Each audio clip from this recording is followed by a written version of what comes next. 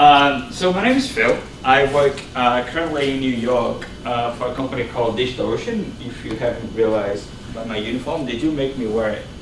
If you ever meet anybody from DigitalOcean, you say, yeah, he was wearing it. Right?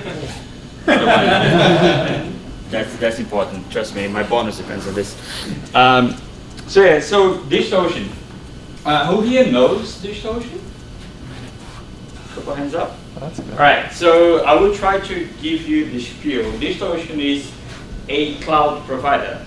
We're not one of the top 3 you're thinking of. No, we're not one of them. We haven't been bought, as I left New York, we hadn't been bought by any of them. Haven't refreshed my email recently, so cannot totally guarantee. And we have this kind of approach, which I really appreciate, that's like for developers, right? So we focus on the user experience from the developer side. But to be honest, I'm not here to sell anything.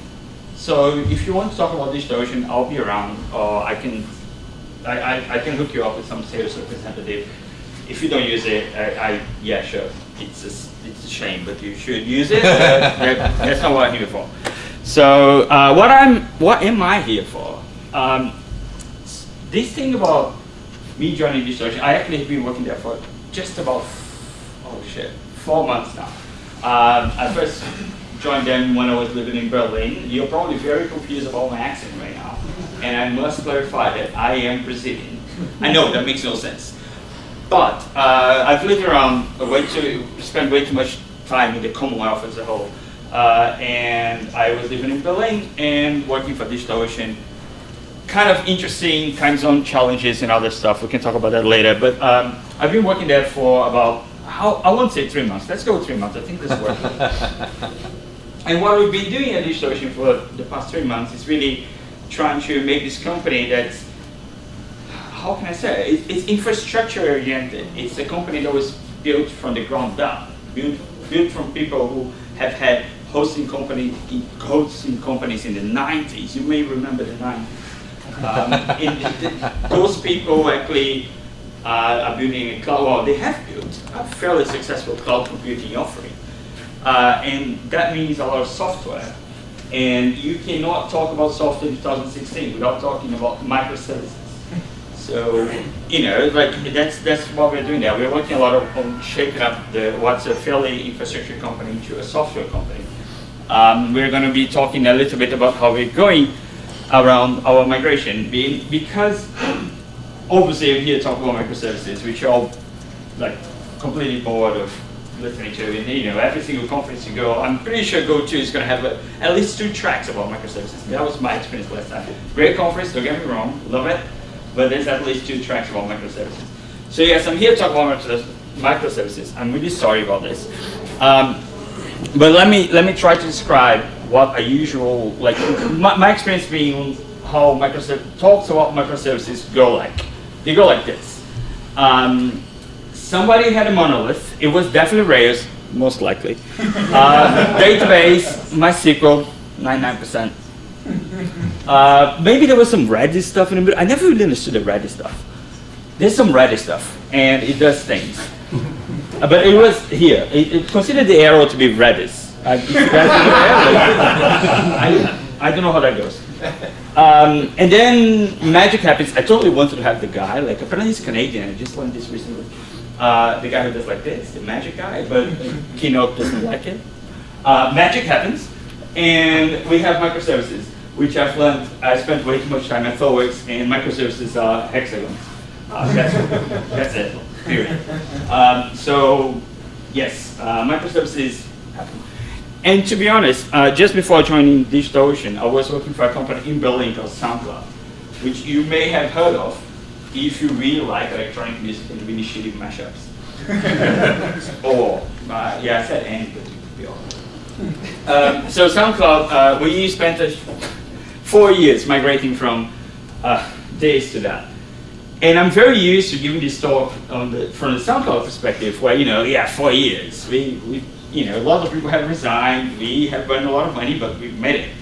And here, I am going to be talking to you about something that's much earlier stages. So I do have my bias, I do have my opinion, I do have my experience. But to be honest, the way things are going DigitalOcean right now is it's like SoundCloud 3 years ago, which is great for me, not sure about you. Because it gives me an opportunity to go and have a second iteration of something I had done before. Obviously, different domain, different people, different everything. But to be honest, we know technology, right? Like I told my boss just recently, I haven't solved one technology problem in this company yet. I've only been solving like culture and people and relationship problems. That's how it works. Technology is very much the same. Technology is very much solid and kind of easy because you can kick a computer until it does whatever you want it to do. But people are often the interesting part of the equation. So bear with me for a bit. A lot of this is work in progress. But the reason I've decided to give this talk right now is that I do think a lot of people I have had the opportunity to talk to throughout many conferences and things are at the exact same stage DigitalOcean is at right now. Again, SoundCloud was a bit further. We were lucky enough to have started a bit earlier. So this might be helpful. Let's see. You tell me later. We're still working on the whole magic bit over here. It's like work in progress. Bear with us. But let's talk about. I really need to introduce how this company was built. And I'm not an infrastructure person. I'm used to build infrastructure for product companies, if that makes any sense. So I go to a product company, for example, SoundCloud, but others, I work for other media companies, and build the infrastructure the developers would use to develop their products. But it's my first time working in a company where infrastructure is the product. It's super weird. It's like breaking the fourth wall. But yeah, whatever, that's good. So back in the day, for the first iteration, DigitalOcean, or if you're super old school, Service Stack. Service Stack rings a bell? No? You're not old school enough, seriously. Service Stack was the first iteration of DigitalOcean. It's like late 90s, pretty much. And what these people, like my boss was one of them, the CEO, they're really like Unix kind of types, and they built the servers, and they wired the servers, and they went to New Jersey, and they built this data center, and all this kind of stuff. And there's some software required, right? Even if you're not, like, actually, I'm going to talk about a lot of iterations, but it's only in the last 4 years, really. It's just, internet years is like 25 years, right? But anyway, so these people, they were building this data center, this amazing infrastructure, and they were building it the Unix way.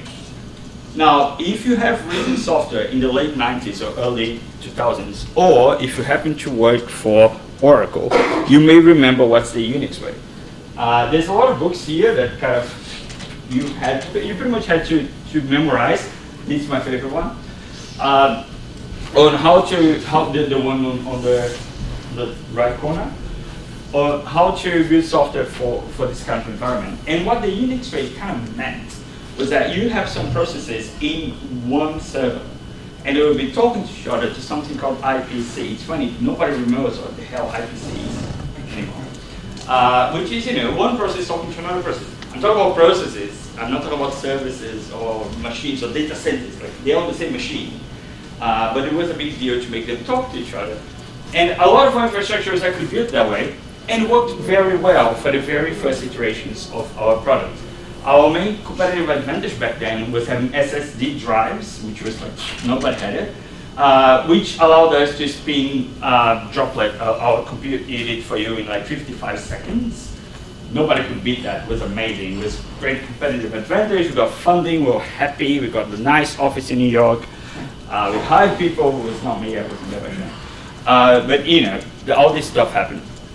But so it kind of looks like this. If you think of each of the gray boxes as a compute node, so the unit that's running somebody else's code. I know that's a bit complicated, but this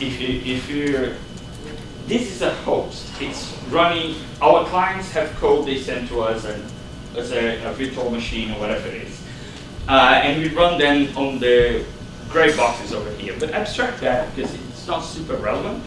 We do need to run software on those boxes, and this software was running as processes, Unix processes, lots and lots and lots of Unix processes. And they were talking to each other through pipes and all this nice stuff, and they're mostly written in Perl. Because infrastructure. So, this was all good, and it's kind of a different age where if you needed to change something, you could email your customer and say, hey, this machine's going down, can you please not use it? And like, oh yeah, cool, I want to use it. And then you could do stuff on the machine. It was definitely kind of a peer-to-peer architecture where there's no centralized application taking care of the whole fleet of machines we had. Each machine had their own kind of intelligence. If you've been in this industry for a bit longer, you may think of this as a client-server architecture. That's exactly what it was, really, which is a database in the middle, the big bad database everybody had, and a lot of instances talking to it. So the main problem is that after a couple of bubbles, you may have heard of those, we have had a problem where people could not. Actually, people were coming back to the market with their own startups, and they need more capacity, they need more machines, they need more data centers. And to make our lives much harder, Amazon started this whole region thing, which means we needed to have more data centers to offer to people. So our problem is that we needed more machines and we need more regions, which means data centers. Like seriously, you can abstract it out. When you talk about regions, as an abstraction we're giving you, but that to us that means more data centers. And that's kind of complicated for this kind of architecture we had, because the only kind of way the Unix way was meant to scale was by was vertically. That means that we used to run in a smaller box and we run in a bigger box. So if you look at the left, it's like small box, right, big box. Super straightforward, I guess.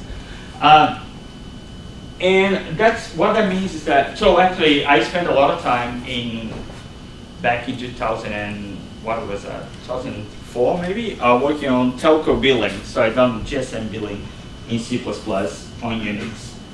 Great lifetime. The interesting thing about this kind of scenario is that you would build your system, you build a billing system, and then by the time, that was when people were getting more and more cell phones. When you had to scale, because your capacity, you're not able to fulfill your SLAs or whatever it was, what you would do is that you would ring up your vendor and you say, hey, can I get a bigger version of box XYZ that I have right now? And your vendor, which will often be Sun Microsystems or HP, because HP had bought that, would gladly say, of course you can, like, just pay me 30% markup on whatever you already had paid for this other one, and I'll gladly give it to you. And to make it worse, this other machine would be running a different version of Unix. So when I say I spent a lot of time in billing systems, I spent a lot of time porting billing systems, because it was the same freaking systems for 20 years. It's just like, oh, now we have to port to HP, now to DAC, now to Solaris, and then eventually somebody finds out about Linux. And you just keep porting the same system over and over and over. As much as I actually learned Java because I was sick of it. And I bought into the whole write once, run anywhere kind of thing. I think I was one of the few back then. But anyway, there was kind of how virtual scaling works. The problem is that our customers cannot do that. Our customers in 2005, 2006, 2007, they cannot do that at all. They don't have the money to buy new machines. They do not have the money to buy bigger instances. What they want to do is to have a more flexible workload where they can tell me exactly how many machines they need today and how many machines they need tomorrow. Iteration 2 was kind of, okay, so we need to manage complexity better and building a proper VPS. So if you haven't done PHP or ASP.3 or maybe Perl, you install the WordPress blog for your parents, because I do this all the time somehow. You may not know what VPS is. A VPS is a virtual private server. It's a server that, through some kind of virtualization or emulation, whatever, pretends that there are multiple operating systems running on one machine, whereas it's actually one. There's a lot of ways to go about this, and we kind of need to build something that was about it. The problem with this is that that includes complexity, and adding complexity on what we already had, which was this kind of crazy architecture over here, was going to be super easy, because every node you add there's like all these multiple different pieces moving together and all that. So when we're trying to build a VPS, we kind of build it in a different way. First, we remove logic from all of our nodes, so the nodes actually run the customer's images. The actual compute nodes, they're running much less, which is great. And then we created basically 2 services. But those were old school services. Those were the services that you might run or you might build in the early 2000s or whatever it was when you were reading Thomas Earl book. Anybody? Thomas Earl rings a bell? No? SOA book this big? Yeah, I see him nodding over there. Come on, Chicago is expecting more like finance industry, and soap and wisdom and kind of stuff. Anyway, so we are building all these kind of old school services, and it's an abstraction. We don't call it like this, but pretty much what we had was a customer tool service, so something the customer is using right now, which reflecting the UI and API and many different things, and an internal tool service, which is what our people use. But I said in the beginning that we try to differentiate ourselves in many different, several things. One of them is support. So the amount of time it takes for somebody to respond to a ticket and how much quality the response has is super important to us. So we built a service around this. And that's great. That's what people were doing back then. And you have all the niceties of service-oriented architecture, except that most of the stuff was really going through the database still. The database was the center of our universe. Everything was there. We had queues on the database, which is my favorite thing ever. Do that. If you just go back to work tomorrow and just build a queue in a database. Life's too short to not build a queue in the database. Anyway, so there's all this stuff that we're still doing to a large extent.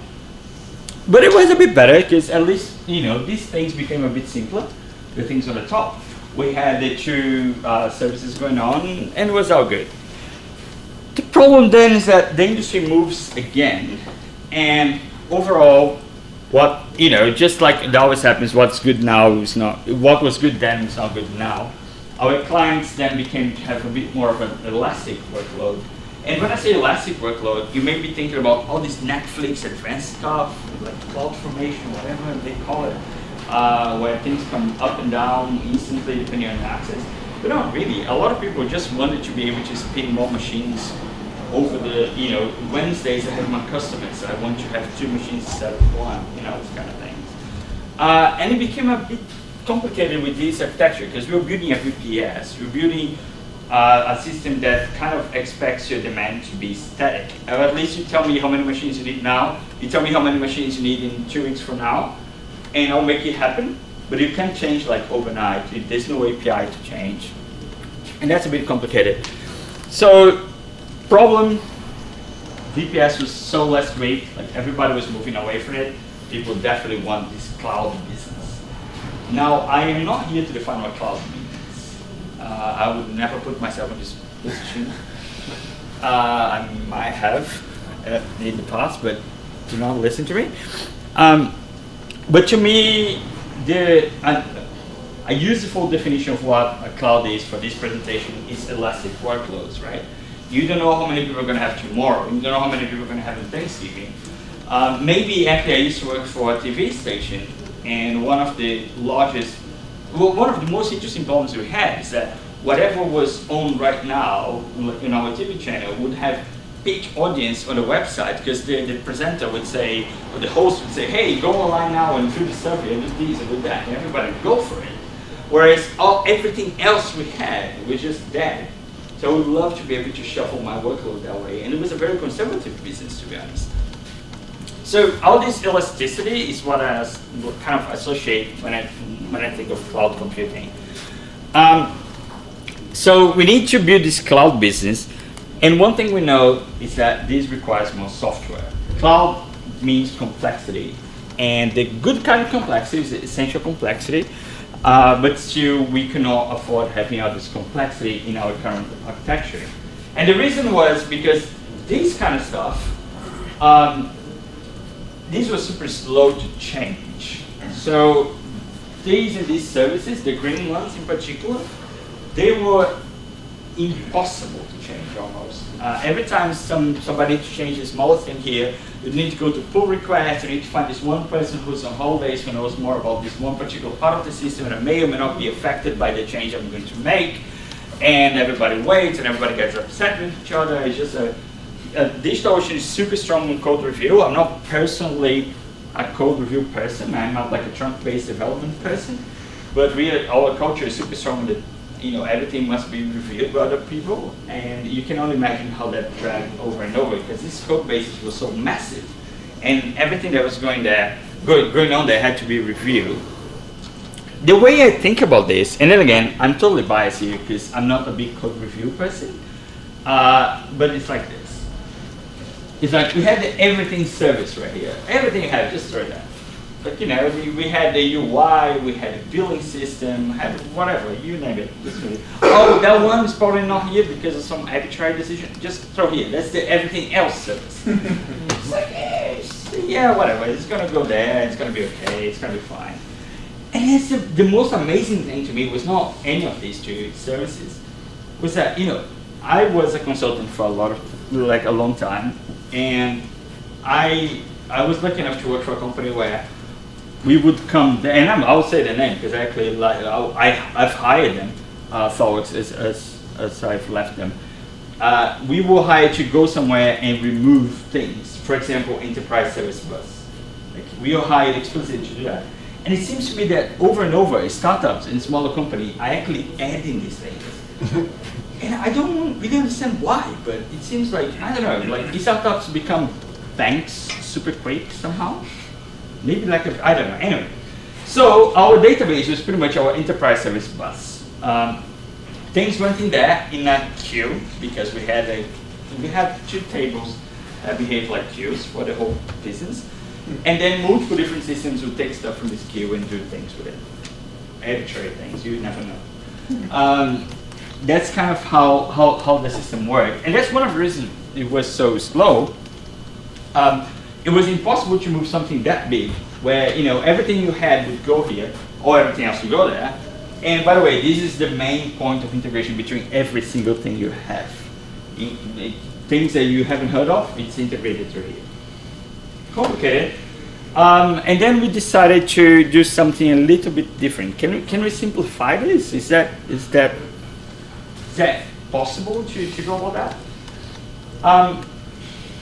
So as I was saying, building a cloud means adding more complexity, and that's a good kind of complexity. If you've read Fred Brooks' Mythical Man Month and some other stuff he's written, there's two kind of complexity. Well, he creates this taxonomy between types of complexity. There's essential complexity, which is a good kind. It's kind of you can't avoid. It's part of the business.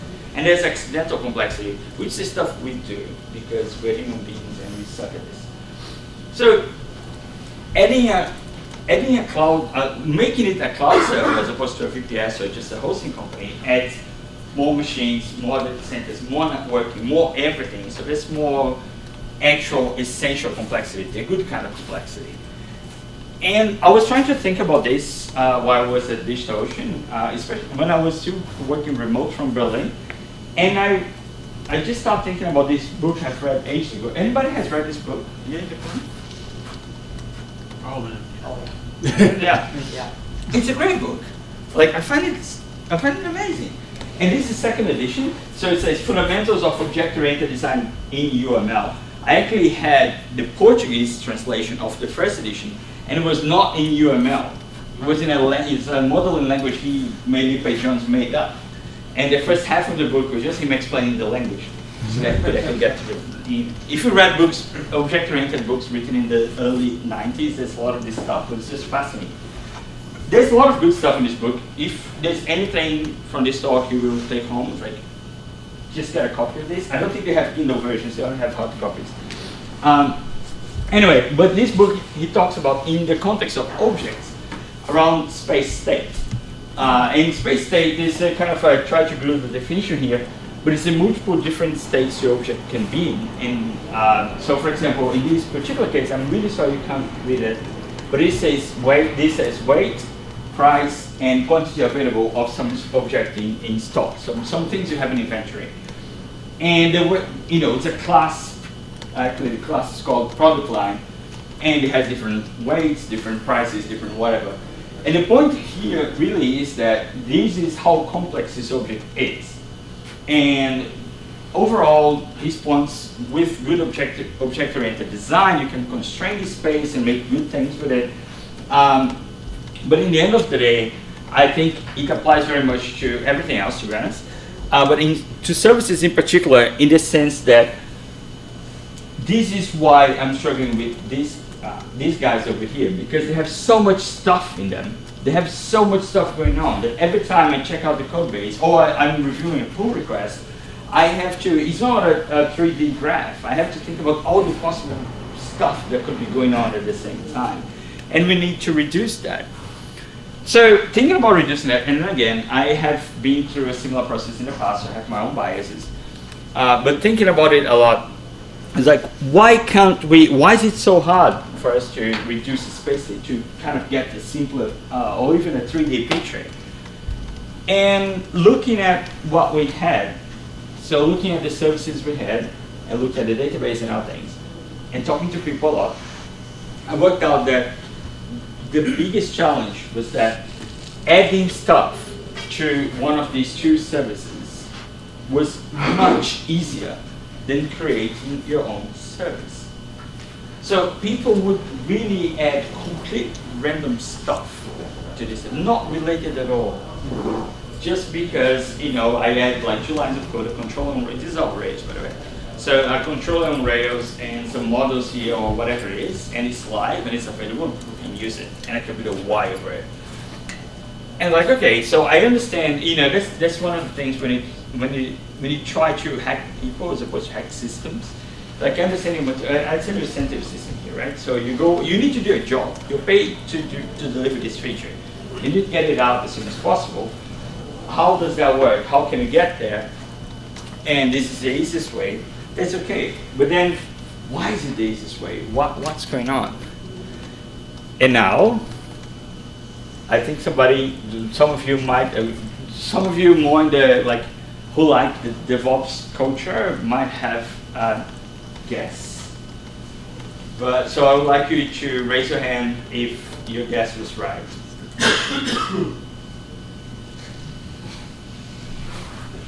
Oh, come on, this didn't work. I need to get it. But people understood the joke at least?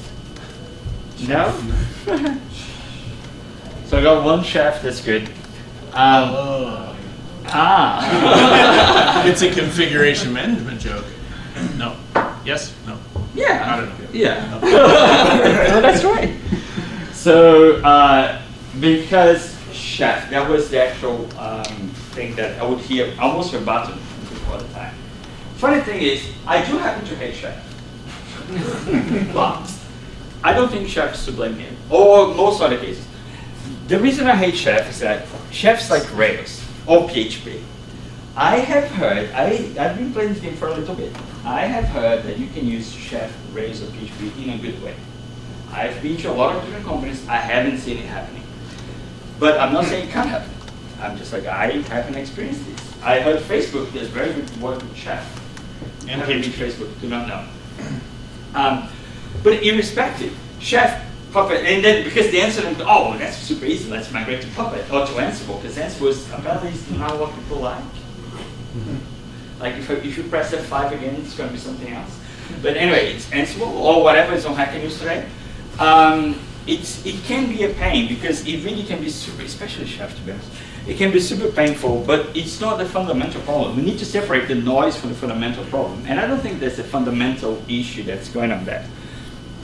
I think the fundamental issue we had is that everything was managed by Chef. Every single application you were to deploy was managed by Chef. So every time you had to create a new service, that would be right in the Chef databags and recipes and whatever you have to do, which works well when you have two services like we had before, or we have one service or whatever it is. But for microservices architecture, it kind of becomes a problem because almost by definition, you'll be spinning new services all the time and you're going to be killing them all the time. So how does that work? it's more like everything is a pull request to the Chef repository, because everybody uses Chef server. If you don't use Chef server, by the way, if you use Chef solo on your production deployment, not on your machine, I would very much like to talk to you after this, but I haven't found this person yet. And everything needed code review. Again, we have very strong code review. So the smallest change would have to go somebody to review, and it takes just forever. In general, I think like everything was painful and everything was slow. I would be, I don't know, I would make a claim here that the worst APIs I have dealt with in the past few years were anything that actually requires you to write a pull request. A pull request is not a good API. If there's a process in your company right now that depends on a pull request, and it's not something creative that somebody else is reviewing, it's just some procedural stuff, you're kind of doing it wrong. I'm sorry, I'm not the kind of person who says that, but you are. It's just like pull requests are awful for stuff that should be automated. And this is a graph showing a particular bad week in February, the number of pull requests, no, that's actually commits, because that's GitHub. But you can divide by 10 and still get the number of changes that comes every, not 10, maybe 5, come every day for somebody to review. And you know what happens with Chef, right? Nobody owns Chef, right? It's classic, it happens everywhere. Anyway, this was particularly bad and particularly slow in my experience. And that's where I apply my bias, which is SoundCloud uses Chef. I've dealt with Chef for 4 years. It was super miserable. But we found a way to kind of get away from it. And it took 4 years, but we are lucky right now. DigitalOcean is lucky right now, and all of us are lucky in the sense that the industry is paying attention to what's going on, and we don't need to wait 4 years to learn what we could do differently. People have written about it. One of these people is Martin Fowler from ThoughtWorks, who people somehow have sometimes reservations against. I don't really understand why. The guy's just cataloging what we do, and that's awesome, because then I can talk about it and just give you a link instead of talk for 10 hours.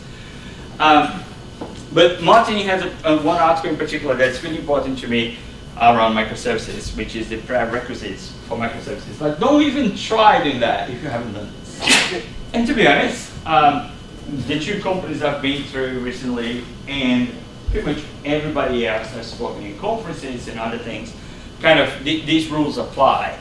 Martin in particular says you need 3 things. You need rapid provisioning, which means getting machines super quick. You need some basic monitoring, and you need rapid application deployment. So I'm not going to bore you a lot on this, but I'm going to talk a little bit about how we have applied this at DigitalOcean, and maybe I'll give a hint of some other stuff I may have been through. So the first thing to think about, when I look at this is a very prescriptive model. It's telling me what to do. But if you want, you can take a step back. And in my case, what I was looking at is, I have, for example, my hypervisors and my machines that run clients code. This is the most difficult system I've ever worked with, because this is an incredibly stateful system. I'm running your code. I cannot stop your code to migrate to a different server. I cannot stop your code to upgrade the version of this machine, operating system, whatever. I can send you an email and be super nice and try to keep you as a client, but it is super complicated. As much as I can, I need to do without interrupting the state. I have right now the worst stateful system I've ever dealt with in my life. And it's awesome, but that's it. So when we actually migrate these machines or do something that, we want to do it a couple of times per year. I don't want to be upgrading the hypervisor every month. I don't want to telling you to shut down your service every week. So a couple of times per year, it's about right, the right rate for us right now. When it comes to something like here, like our databases and our legacy services, the services that we had, user-facing service, the internal tool service, a couple of times per month as they become more and more legacy. That's a process. For example, at SoundCloud, I was there for 4 years. SoundCloud still has the Rails monolith running. It's not talking to the internet, it's doing very small things, but it's still there. So that's going to be there, and that could be, it changes a couple times per month because it does need to change. One thing I haven't found a good solution for in general is databases or stateful, especially disk stateful systems. In those cases, yeah, but they also change a couple times per month, maybe after the heavy development cycle. One thing that I know that change every day, and actually I wanted to change every day, I want to change every hour, is application code. Because I want people to be, continuous delivery, right? It's like deploying like this on tomorrow and pushing things out, making it available to customers as soon as possible. So these change per day. So if you think about day, month, and year, you cannot apply the same tool for these kind of iteration levels, iteration cycles, really. One thing that has worked for me in the past, again, I'm totally applying my bias here, is using Chef for the lower level stuff, intake of machines and all these things. Intake hasn't been a problem for us so far. Chef for now for the legacy stuff, and one thing I have seen in legacy stuff is that it either dies because you remove everything useful from it and there's no reason to run it anymore, or it kind of becomes, it goes hibernating, really. Like it just stays there and you need it once a month for whatever, nobody touches it, it's okay. My main problem on this layer is the database. Again, I haven't found a good solution for database yet. I know there's some Docker people doing some Docker stuff with Docker database and Docker. So, like, but I don't know what that is. And I haven't used it. I don't know if I would at this moment trust it. Right now, I still use a configuration management system, old school. I can't believe I'm saying Chef, it's old school. I remember when Chef was kind of the new stuff. Anyway, old school configuration management system to manage my databases. This is what has worked. And something else for the actual services, how they get deployed or get pushed. We're going to talk a bit more about this later. But first, I want to go back to Martin's talking points. Martin, three kind of points he had.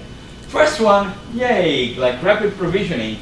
And that's from the article. You should be able to provision a new server, like a new machine, a new compute unit in a matter of hours. Just like small sales pitch, we do that in 55 seconds, just saying. So we don't really have a problem with that, we're good. Actually, DigitalOcean is DigitalOcean's largest customer, which can get super weird. And you can only imagine that email account. Yeah, we have one email account. Anyway, next one is basic monitoring.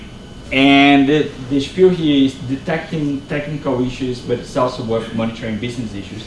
At SoundCloud, we had this problem a lot. We first started at StatsD, well, we had StatsD forever.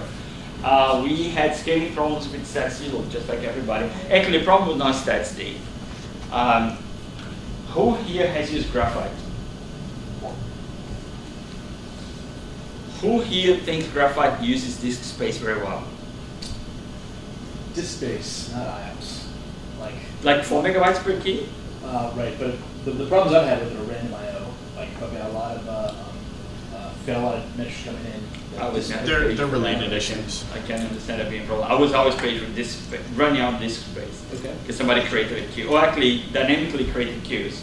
Each key, each key is 4 megabytes. So you can run out of disk space quickly. So Graphite and StatsD like monitoring telemetry products, they work very well. Like they have worked for SoundCloud very well for many years. But at some point they break. And at SoundCloud, at some point we hired way too many people from Google who decided that that was not acceptable. And the Prometheus came to me. Prometheus is an open source software company. Their website is prometheus.io. It's a telemetry system. It works very well. It's great. And everything we have at DigitalOcean, both internal monitoring and products, are based on Prometheus right now. It's a great system. It works very well. It does that. The problem is that it doesn't do the glue coding. So you still need to attach your server to it somehow. I don't think there's a lot of prior art into how to do that, frameworks, libraries, and things like this. But it works well. That's good. And for the rapid application deployment, we use Kubernetes and containers. So this is something that's, I'm super like, I don't know what I feel about all this. Because I've been to project twice. In the past 12 months, I've been to 2 projects where they're measuring between Mesos and Kubernetes. One's the best. To me, they always for one. It's just like, I don't even know why we're talking about. Just choose whatever makes sense to you in this particular moment right now. Reality is, though, that Google is putting so much money under Kubernetes. So much money that whatever Kubernetes doesn't have now, it's going to have next week. Because nobody can compete with the amount of money Google has. So we're actually using Kubernetes for our application. Oh, I forgot to go through this field, which is need to be able to quickly deploy services both to test environments and to production. Now there's one interesting thing here about microservices in my experience. Not DigitalOcean, not that yet, but at SoundCloud, environments. Environments are always going to be a problem. If you're used to having a staging environment, yeah, it's not going to work. The way I recommend you think about this is having ephemeral environments where I can just spawn an environment, maybe using a cloud computing provider, using DigitalOcean, just saying, and use it for whatever tests you might have, and then kill it. Do not think of environments to stay for too long, because you're going to have problems with that. I can have a 6-minute talk on this particular topic. But at the end of the day, what we're actually using, we just decided to choose Kubernetes on this. But then again, yeah, sure, we use Kubernetes, and I'm telling you, and then now you're going to your company or your organization tomorrow, you're going to use Kubernetes. We are writing a shitload of glue code to make it work. So don't think that any of these things, including Prometheus, including DigitalOcean, even though we have very nice APIs, just saying, they work out of the box. You will have to write glue code. Normally, when you have microservices, you often have like feature teams working on different microservices. Just pay attention how much these things actually spending in writing glue code. And just consider that you might want to have somebody actually doing that for the whole group, especially if they're using the same platform, the same technology. I fall into this trap, and it's a lot of waste. Anyway, there's a lot of glue code, there's a lot of glue code, there's a lot of glue code.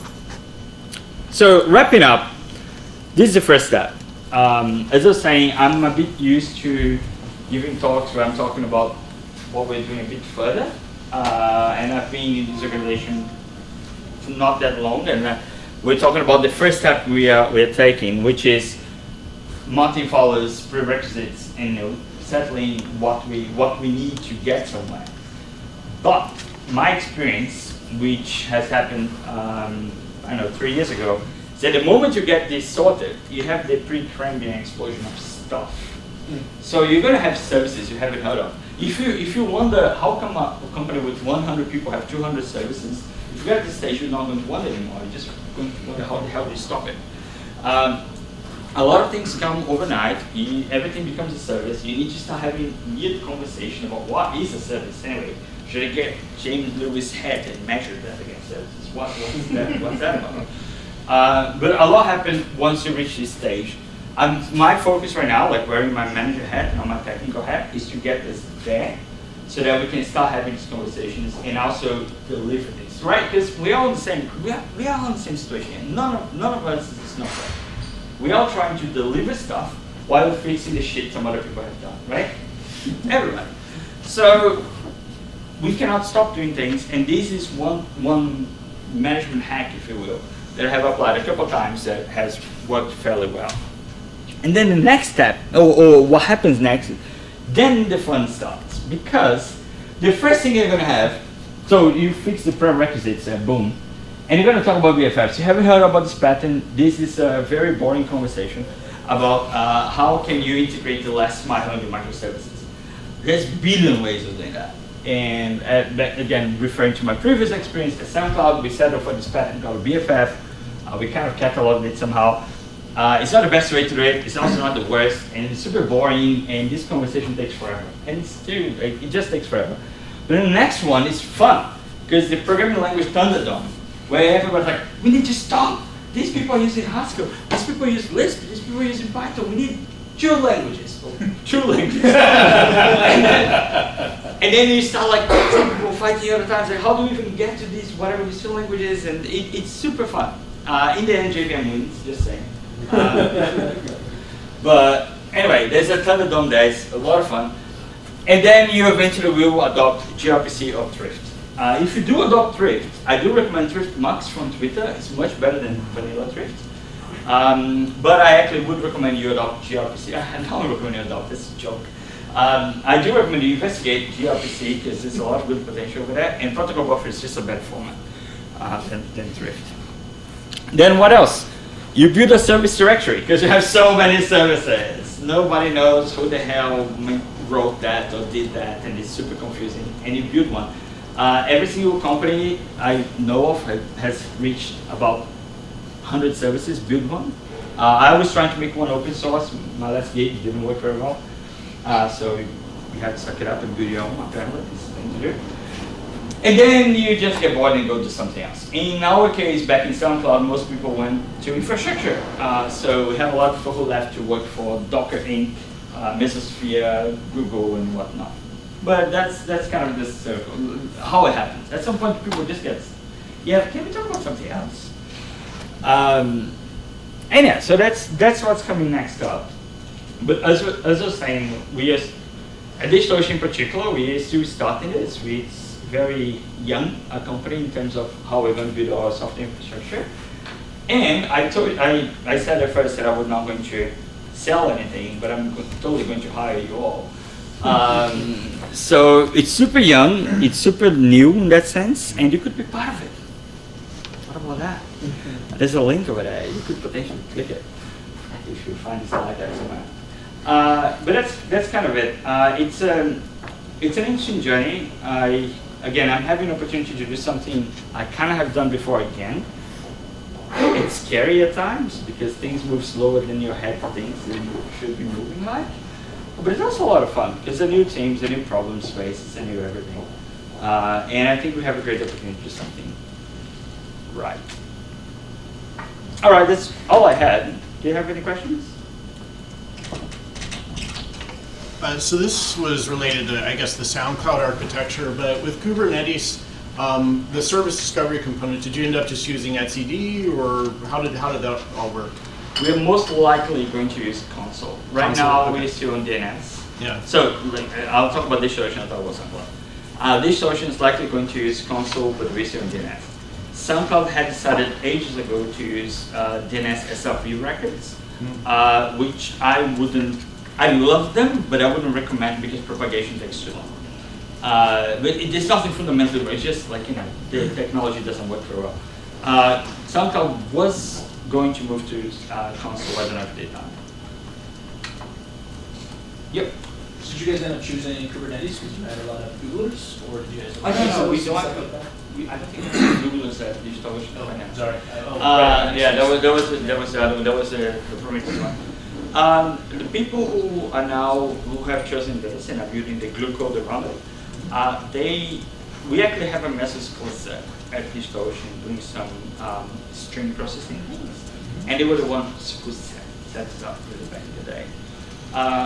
I think the mindset's very much their approval, but these things moving a bit quicker. So strategically, it makes more sense to go that way. But again, I think it's a soft choice. And if I were a larger company with some business that's not technology, I'd probably go to Mesos just because Mesosphere has good support that I can pay for. And I cannot hire Google. Google's not providing support for this yet? By the way, Dr. Bingo, I think, was about 727. So you were talking before about not really being able to iterate at the database layer very frequently. And I'm assuming you're talking about like relational databases and that sort of thing. Do you feel like that's sort of a win for just horizontally scalable distributed databases, or do you feel like that's not really ready for prime time in the scenarios in which you're using them? Oh, hang on. What do you mean distributed? What's that? What do you mean by horizontally distributed database? So like a NewSQL database or like Mongo or. That's an interesting question because I'm used to, again, I've been working for DigitalOcean for 3 months now. Yeah. We have a lot of data, but it's much less data than I'm used to. I'm used to data that doesn't actually fit on a box server, and we actually can fit it in a server. But it's never been my problem, especially as a manager. I want people to be able to deliver things. it's not about the machine, it's not about the setup, it's about how much autonomy you have as a team. What I have found time and over again is that if you distribute in small pods of data, they could be separate servers, they could be separate namespaces, like Oracle style, whatever it is. But you let people have this autonomy within their own data. That kind of drives autonomy, which drives productivity and all this cool stuff. In general, like that kind of upsets people who have like an enterprise model mindset. But again, in my experience in this kind of architecture, that's super helpful. And it has nothing to do with technology. It's just the way our brains work and our collaboration kind of works. So how much of, in microservices architecture and experience, how much of code duplication you see, and do you kind of have that tendency to use shared model across the services?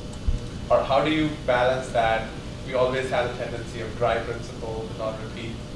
And you kind of see 3 or 4 services, they talk the same thing, but it's not the same. How do you? That's a very good question. So for this presentation, I originally had a bit about this because DigitalOcean and Sample are very different aspects. DigitalOcean right now, we have a lot of Rails code base, and we have a library called Core, which, as you might imagine, everybody imagines what Core means, right? It's that name.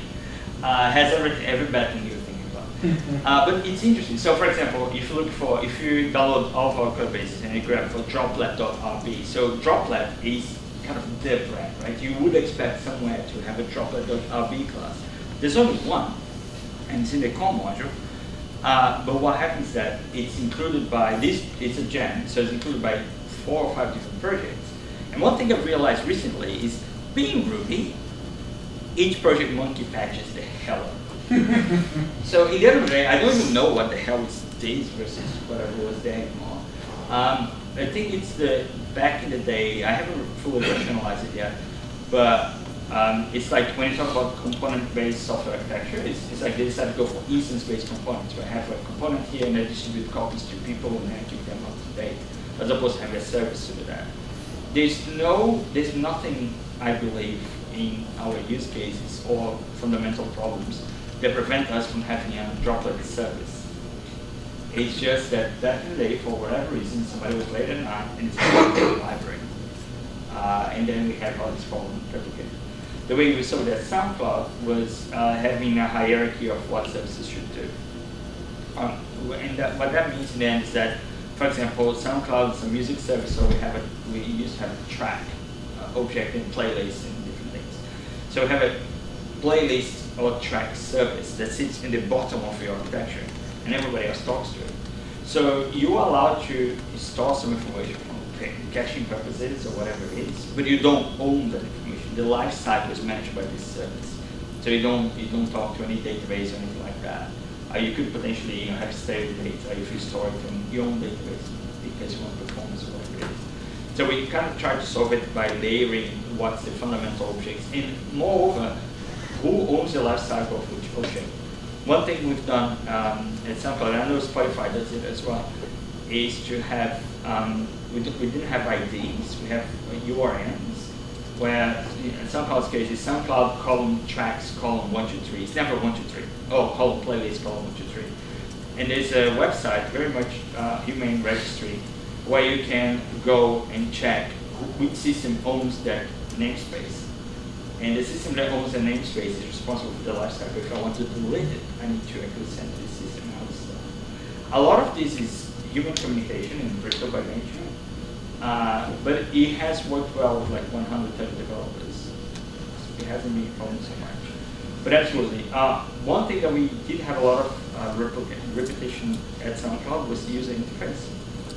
Because the mobile apps had their own API and the web had their own API. People working on these things never thought of it as a problem. So I myself, like, sure, whatever, do what you want to do. But it was definitely, if you want to see on something, you're going to see a shitload of code just duplicated. Maybe it's not relevant. Maybe the kind of stuff that you can rewrite as you go. But it was, in fact, it was duplicated. Which is okay. Well, for them it was okay. So as a manager, I was like, yeah, sure. If you like it. What else? Oh, yep. To clarify the motivation for having two separate APIs, one for web and mobile, are you optimizing then at the view layer and sort of composing several entities into a payload so you do one call instead of like 5 or 6? That was the idea. We never got that. One of the things we wanted to do at SoundCloud was using the Android application, use protocol buffers as the wire format. Never got there. Never as of November last year. I don't know what they're doing now. But that was the idea. Well, my question is, if you're familiar with like GraphQL or Falcor, do you feel like that would potentially solve that sort of problem if it existed at the time you implemented it? I think like there's Falcor or experimenting with something like a query engine, like query language from the client side was something I was going to explore in Q4, but I resigned, so I didn't get it. But there's one particular problem with mobile applications, which is mobile applications move much slower than anything else. You have to submit to Apple, it's all this dance, it's all miserable. So I was actually trying to remove as much as possible logic from the mobile application. Into the server side, so you can integrate. So that I could iterate like crazy and just build stuff. Especially because also mobile developers are not that easy to find. It's all these different constraints you have. Architecturally, it would make sense. I don't know how Netflix does that in that aspect, but because of our constraints in terms of number of people and just how slow things move, it was constrained to us. What are some of the techniques you use to solve the last mile problem or to get services kind of off the ground? Because it seems like kind of the general DevOps community, like provisioning is becoming a solved-ish problem. Like making an AMI to get an instance off the ground seems to be pretty solid. But like getting a developer from git commit Mozart, I'm out, like push somewhere and let it run. I've tried different things in the past. I'm curious to know what your solution is. So the way we're doing right now is very manual. I think Heroku minus, that's what we have. The way I think we're going to go based on previous experience is build pipelines. In my recent experience, the main problem with build pipelines is the actual build server. There's no good build server, period. Just like everybody else, I have slapped the hell out of Jenkins to try to make it do what I wanted to do. Plugins I have baked, some miserable. One thing that we were doing as I left SoundCloud was Go CD from Tolex. That said, the team was like, everybody was extra workers, so there was a bias in that. But that's been the main problem so far. We actually use drone.io a lot in DigitalOcean. What's that? Drone.io. I don't particularly like it, but I'm not writing code right now, so I have so much. There's only so much I can say.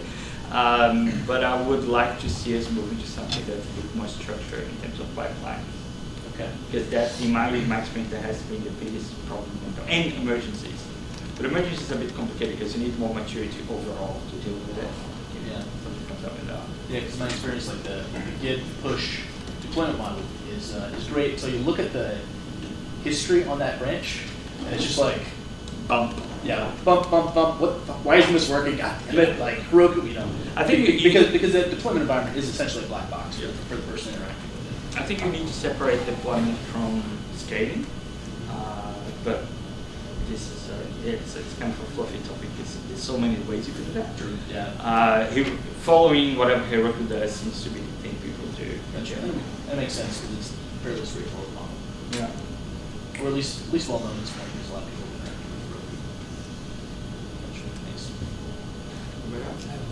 What type of testing do you do on your software vision? So right now we have pretty good testing into the integration layer. When it comes to a big change in something like billing or the hypervisor layer, the bottom layer, it's fairly manual. And I had people working on a project just like Q4 last year, trying to be finally able to create a lab environment for us because we don't have labs. What I would like. Automated? No, we have like unit and integration, but I don't. Depends on which layer of the stack you're talking about. Because we're talking about some application layers, we can test everything pretty much. But if we're talking about the hypervisor layer or something like that, I don't have a lab properly set up with the machines where I can actually test it end to end. So if I provision that's a good question. If I provision 10 machines, I can get stubs and mocks and verify that the command was sent. But there's nothing that tells me that those machines are actually spawned and things are going on. That's only true. The only way we do this is actually testing production or manual testing. So this is definitely something that we need to get much better at. And to make it worse, I don't think there's a lot of prior art to that. So we may have to create our own solutions for some of the problems when it comes to these things. What type of language So DigitalOcean is mostly Go and Ruby. A lot of the stuff is being written in Go. Ruby is like everywhere because what we used to be okay. Ruby's not going anywhere. It's going to stay there. There's more and more Python because of the data analysis kind of we're doing, more friendly towards Python. That's kind of it at the moment. And there's legacy Perl. Mm-hmm. They found this Perl still there. Oh, I mean Python, Perl. So is Go there, Ruby Python, but let's not talk about it. Okay. is Talk there, about it. is there I'm another, happy not talking about Perl. is there another kind of Perl? Besides legacy? But No. It's only legacy Perl. Like, that's a good question. Yeah. So you mentioned earlier in your talk that you considered an anti pattern to do code changes to represent like changes on the system through config management. Would you say that at that point, like it's a deficiency in the API of whatever your deployment system is when you aren't able to go back and get revision history over time of all the various states of the system? We had this problem at SoundCloud all the time. Something would happen in the middle of the night, you paged. To be honest, in the middle of the night, it's not a time for it to be debugging anything, right? You need to solve the problem this user's in trouble. So you just scale this up to 100 instances from 2, and then you go to bed because you probably want to go to bed. Next day I wake up and it goes like, what the hell just happened? Oh, there was probably a bug somewhere, and I reduce it to 2 again and everything goes to shit. Like this is definitely something that I think it's super, like having the trail of what has happened is super interesting. My main problem is not with actually configuration code as the main source of whatever's going on. Actually what we're doing now, I didn't go into too much detail, but there's one file that describes how many instances you are running on these things, and it gets committed. It's just because it's very unstable and I don't want to talk a lot about it. But having the commit history is super important to me. It's just, if it has to go through an approval process where somebody else from some other team has to look at my chef code to approve me spawning 2 instances of this thing they don't even know about, then it becomes a big deal in my experience. But either, even if it's Git or not Git, I'm not super passionate about. But having some kind of record system telling you what has happened is definitely something important. So and also having like a clean mechanism for rollback, so you can respond if something. Yeah, I mean that's the whole conversation: roll back, roll forward kind of thing. I don't want to go there because I don't have a particular strong opinion. But some way to change the current version either back or to whatever you want.